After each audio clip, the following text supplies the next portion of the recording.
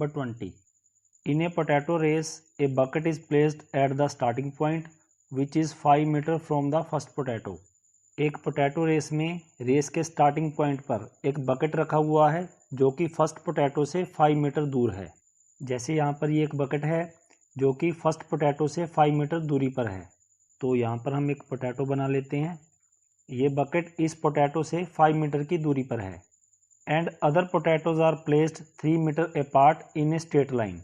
और बाकी के जो पोटैटोज हैं वो 3-3 मीटर के डिस्टेंस पर एक स्ट्रेट लाइन में रखे हुए हैं। जैसे ये पहला पोटैटो है, इसके बाद के जितने भी पोटैटो होंगे वो 3-3 मीटर के डिस्टेंस पर होंगे। तो यहाँ से 3 मीटर के डिस्टेंस पर एक पोटैटो यहाँ पर होगा, फिर इसके बाद नेक्स्ट 3 मीटर के डिस्टेंस पर एक पोटैटो है। There are 10 potatoes in the line. और इस स्ट्रेट लाइन पर टोटल 10 पोटैटोज हैं।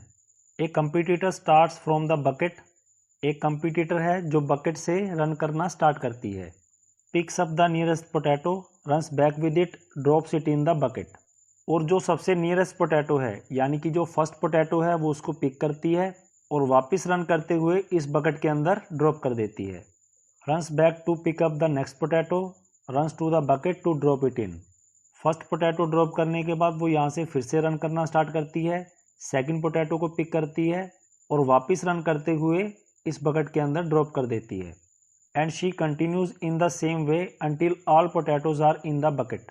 और इस प्रोसेस को तब तक कंटिन्यू रखती है जब तक सभी पोटैटोज इस बकेट के अंदर ना आ जाएं। What is the total distance the competitor has to run. तो इस रेस के अंदर कंपटीटर ने टोटल कितना डिस्टेंस रन किया है ये यहाँ पर हमें फाइंड करना है। तो देखिए गाइस, जहाँ पर बकेट रखा हुआ है ये रेस का स्टार्टिंग पॉइंट है जो कि फर्स्ट पोटैटो से 5 मीटर के डिस्टेंस पर है। तो वो यहाँ से रन करना स्टार्ट करेगी, फर्स्ट पोटैटो को पिक करके वापस रन करते हुए इस बकेट के अंदर ड्रॉप कर देगी। तो उसने फर्स्ट पोटैटो को ड्रॉप करने के लिए टोटल कितना डिस्टेंस रन किया है, 5 मीटर आने का और 5 मीटर वापस जाने का, यानी कि यहाँ पर उसने टोटल डिस्टेंस 10 मीटर रन किया है।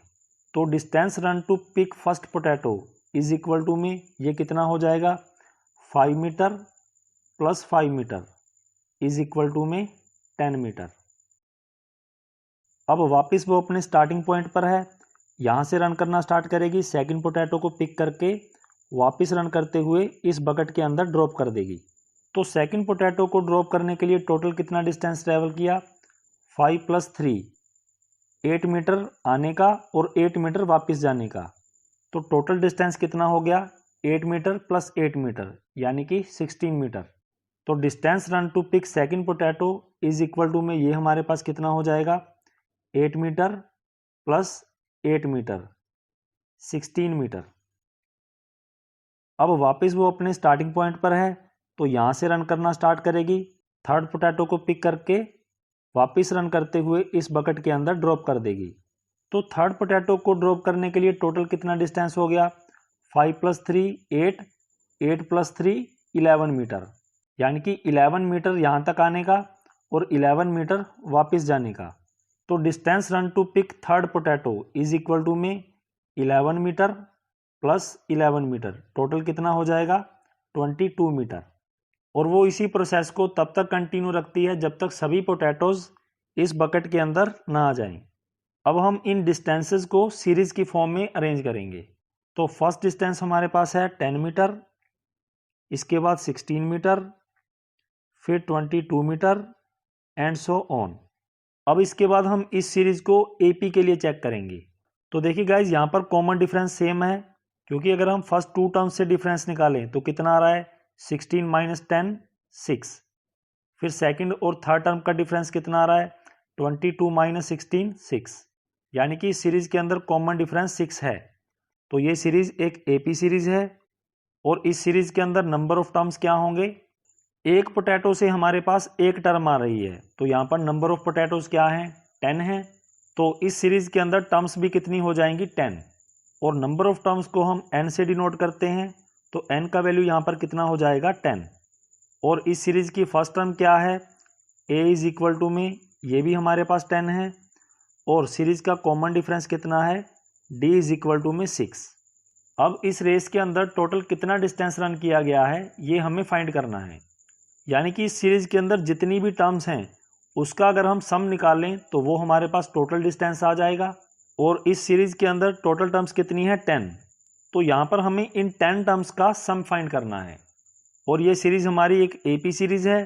तो एपी सीरीज का सम फाइंड करने के लिए हमारे पास दो फॉर्मूला होते हैं। पहला फॉर्मूला है S N is equal to में एन अपॉन 2 ब्रैकेट में है 2a plus n minus 1 multiply में d। और सेकंड फॉर्मूला होता है S N is equal to में n अपॉन 2 ब्रैकेट में है a प्लस ए एन।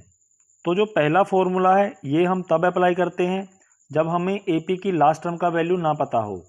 और सेकंड फॉर्मूला तब अप्लाई किया जाता है जब हमें AP की लास्ट टर्म का वैल्यू पता हो।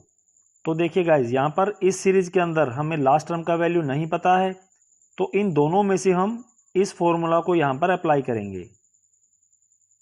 और इस फॉर्मूला को अप्लाई करने के लिए हमें क्या क्या चाहिए, n चाहिए, n का वैल्यू हमारे पास 10 है, a चाहिए, a का वैल्यू कितना है ये भी 10 है, और d चाहिए, d का वैल्यू कितना है 6। तो इन तीनों वैल्यूज को हम इस फॉर्मूला के अंदर यहाँ पर पुट कर देंगे।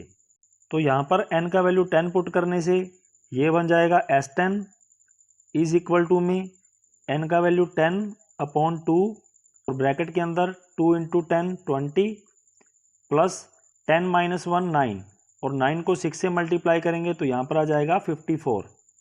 अब 5 रहेगा एज इट इज, इन दोनों को ऐड करेंगे तो कितना आ जाएगा 20 प्लस 54 74।